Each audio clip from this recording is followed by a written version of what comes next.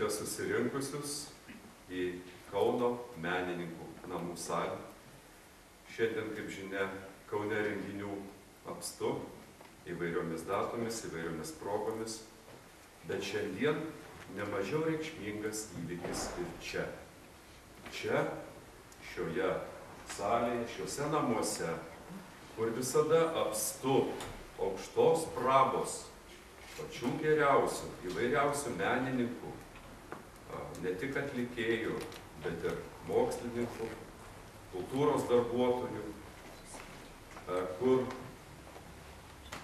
yra šalia ir kur čia šioje salėje vyksta kasmetiniai menininko apdovanojimai, kur yra tokia garbinga kolona, kur aukso raidėmis yra įrėžiamas reikšmingiausias menininko vardas, jo pavardė, nusipelniusio Kaunui, nusipelniusio Lietuvai žmogaus pavardė.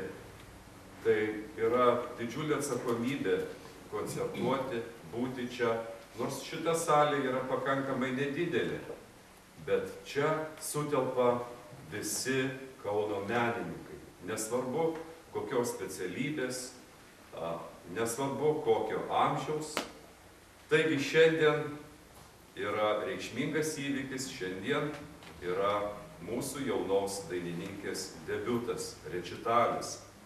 Ir aš tikiuosi, kad ateityje, gal ne šiais metais, gal po metų, gal po 10, o gal ir greičiau, ši menininkė sudomins kauniečius, savo publiką, kuri ją pamils už jos atlikimą, už jos interpretavimą muzikos. Ir galbūt, kas žino, pamatysim ir jos vardą įrėžtą ne Berželį prie upės, o garbingoj Kauno menininkų kolonoj. Taigi šį vakarą koncertuos Vytauto Didžiojo universiteto muzikos akademijos antro magistro kurso studentė Monika Sakalauskaitė. Ir ji savo koncertą pradės Johano Sebastiano Bacho ariją iš Magnificat. Kas yra Magnificat? Magnificat yra Marijos malda, arba kitaip tariant sutikimas, kai jai apsireiškė archangelas ir pasakė, kad tu būsi Dievo motina, tu esi išrinktoji. Ir Marija pasakė, taip aš sutinku ir mano siela šlovina Viešpatį. Kiek iš čia esančių esame šaukiami kažkokiai ypatingai misijai? Ar mes tą suprantam, ar mes išgirstam tą kvietimą? Ir kitas dalykas, ar mes atsiliepiame tam kvietimui? Ne kiekviena iš mūsų, ir iš jūsų, žinoma, ne iš manęs, yra kviečiama būti Dievo motina, bet tai yra nemažiau reikšmingų pareigų, reikšmingų gyvenime įvykių. Taip, kad aš tikiuosi, Monika irgi yra kviečiama būti menininkė, kviečiama būti dainininkė ir mes ją palaikysime šioje scenoje. Taigi sceną kviečiu Moniką Sakalauskaitę ir koncertmeisterį, pianistą Dainių Kepežinską.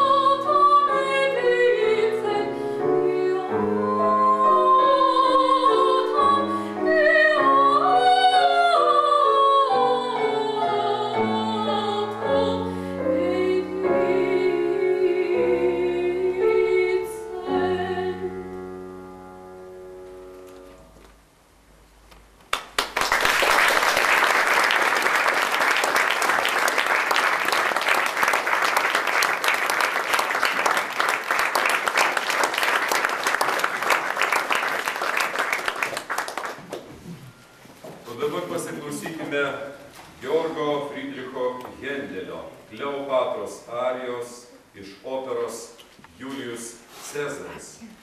Kleopatra, kas ji tokia? Tai nepaprasto grožio ir išmanumo Egipto valdovė, pavergusi Julijaus Cezariaus širdį.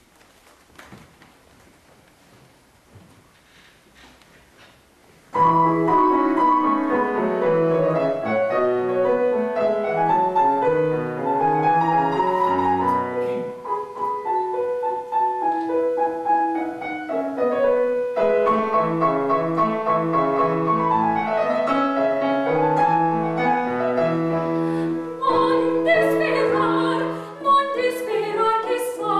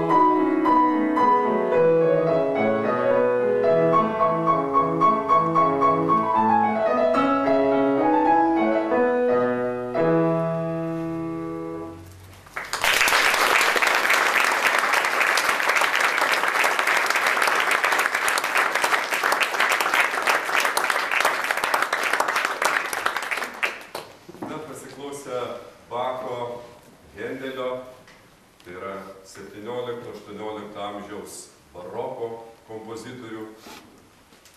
Keliaukime link mūsų dienų ir pakeliui sustokime ties Mocartu. Mocartas ir Don Juanas tai yra viena iš galbūt pačių populiariausių pasaulyje skambančių operų, dažniausiai statomų, mylimų. Ir mūsų Kauno valstybinis muzikinis teatras yra statęs šią operą. Paskutinis pastatymas 1980 metais. Turbūt gal kas prisimena, jis pakankamai ilgai ėjo tas spektaklis. Dar keitėsi artistų kartos. Taigi, Don Juanas, kas tai yra vardas, pavardė, o gal gyvenimo būdas. Turbūt tik jo tarnas Leporelis galėjo tiksliai pasakyti, kiek jis suviliojo moterų, kiek bandė suvilioti, o kiek gal nepasisekė, nes manau, kad pats Don Juanas to tikrai neprisiminė.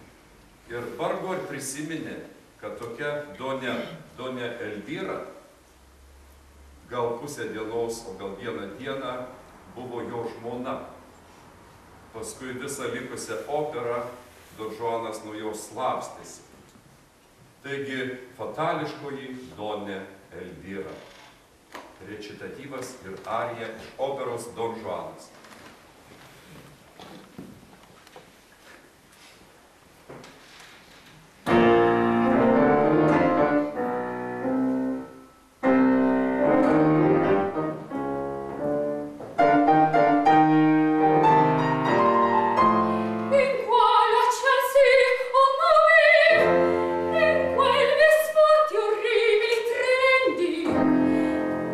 Volto sciagurato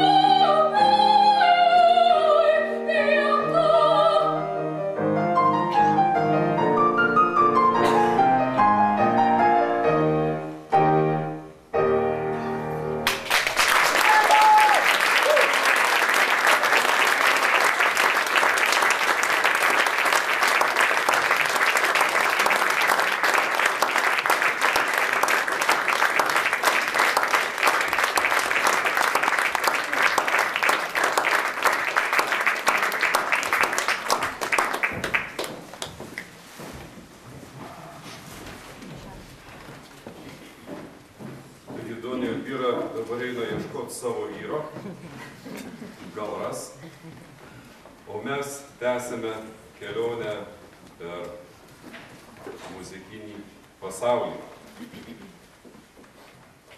Giacomo Puccinis. Giacomo Puccinis operą Turandot rašė jau būdamas, kaip sakyt, tai jo paskutinė opera prieš mirtį ir Puccinis jos nebaigė rašyti. Jo geri draugai suinteresuoti sėkme, o sėkmė iš tikrųjų labai didelė, pasistengė, kad ta opera būtų baigta. Ir ji buvo pastatyta tik po kompozitoriaus mirties. Visi turbūt puikiausiai žinot populiarią Vinčero iš tos pačios operos Turandot. Vinčero šiandien nedainuosim, nes Turandot dainuoja tie, kuriems parašyta ta arija. Na, nebent iš tikrųjų nebebūtų Lietuvoje tenorų, tai tada prašytume dainuoti ir sopranus. Liu. Tarnaitė Liu, vergė Liu, nelaimingoji Liu. Yra tokia nuomonė, kad Puccinis tarnaitės Liu personažą sukūrė naudodamas savo tarnaitės prototipą, jaunos tarnaitės, kurį jį mylėjo, nelaimingą meilę ir galų gale išprotėjo nuo tos meilės. Tai dabar ir išgirsime Liu ariją iš Giacomo Puccinio operos Turandot. Dainuoja Monika Sakalauskaitė.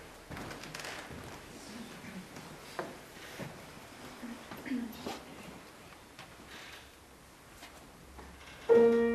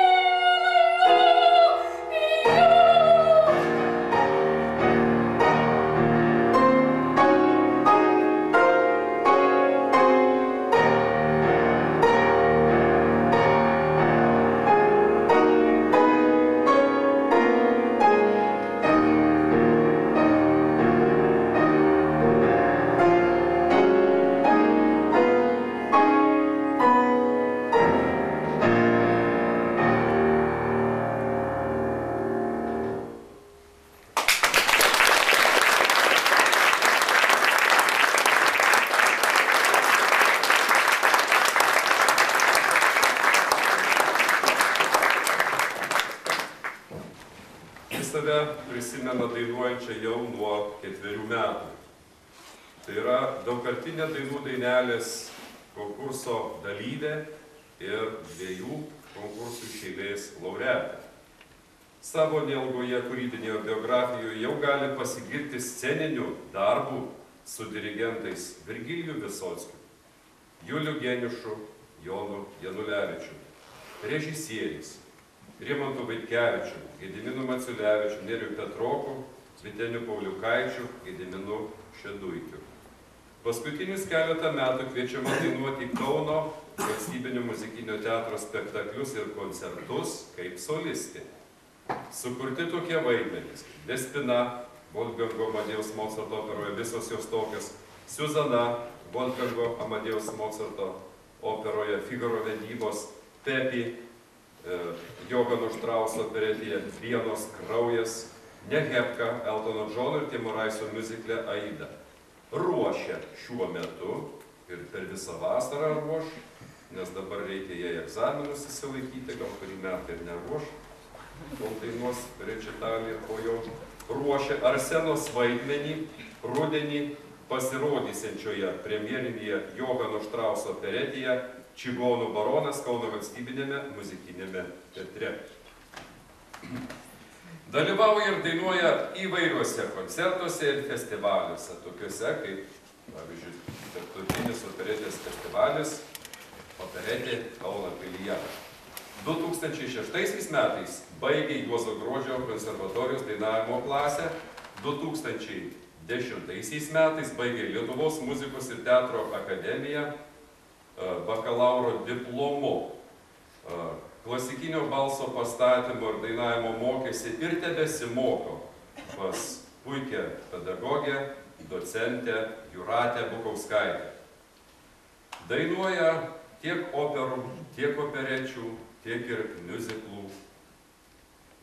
muziką ir tai, kas gražu. Taigi į sceną kviečiame Moniką Sakalauskaitę ir kviečiu pasiklausyti jau 20 amžiaus, negaliu sakyti rusų kompozitorius. Tai yra viso pasaulio kompozitoriaus Sergejaus Rachmaninovo romansą Zdесь хорошо. Čia gera, opus 21, numeris 7, žodžiai Galinos. Здесь хорошо. И здесь хорошо.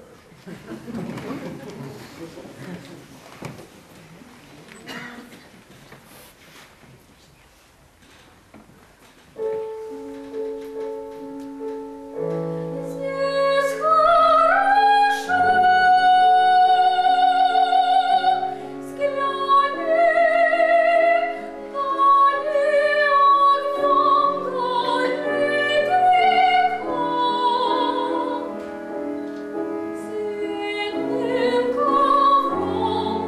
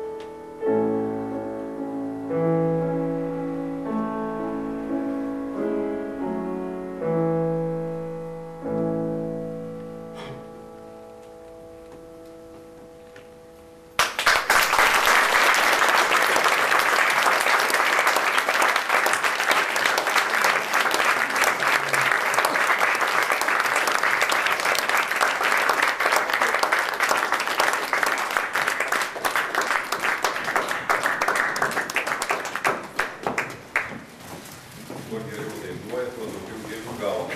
Ir dovanų. Taigi, Monika puikiai dainuoja, o mes keliaujam į Lietuvą. Ir pasiklausysime Balio dvariono dainos Pušys. Žodžiai Salomėjos Nėries.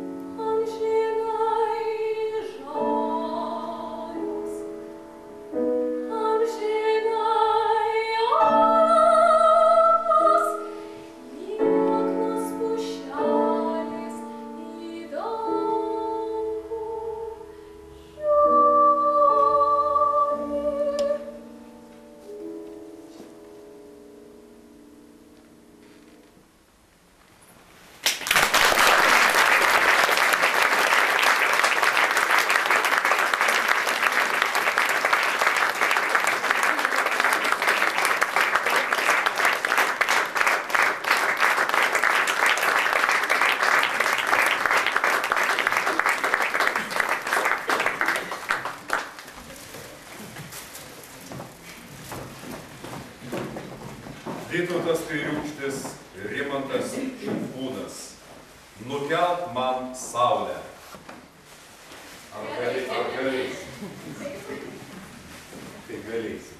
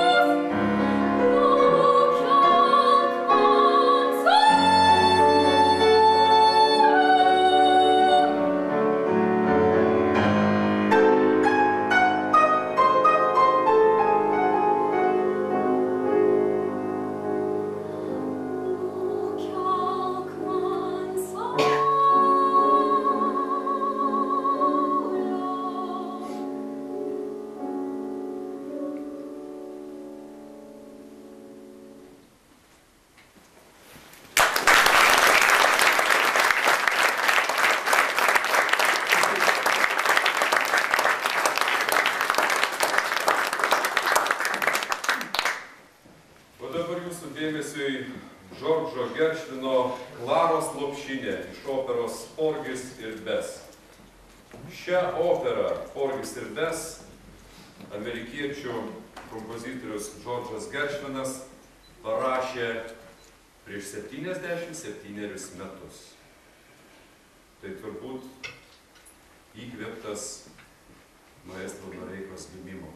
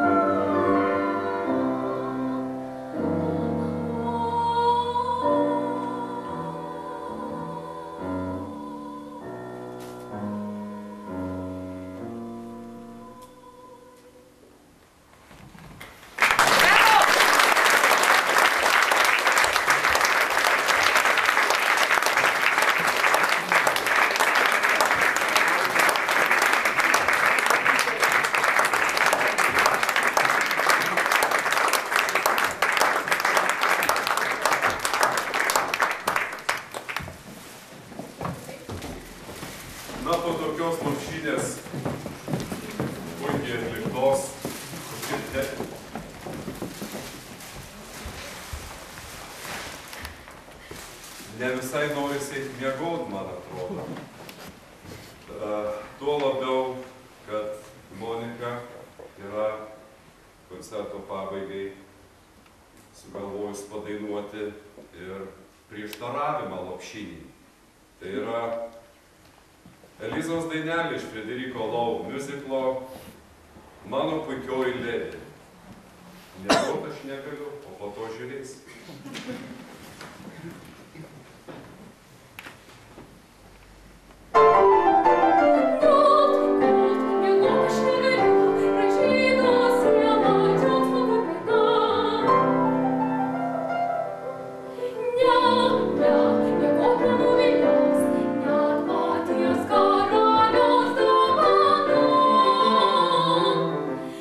Naktį šočia, naktį šočia.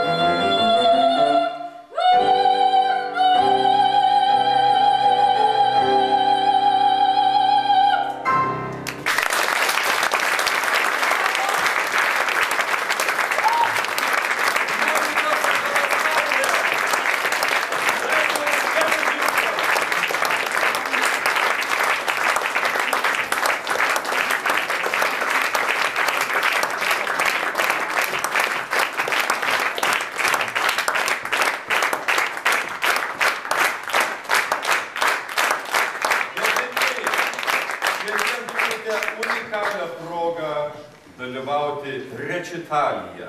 Rečitalis tai ne visai tas pats, kas rečitatyvas. Tai gerokai skiriasi. Kada būna rečitatyvas ir kada būna rečitalis? Monika, tu šiandien kiek jau dainų sudainavai? Kiek arijų? Daug.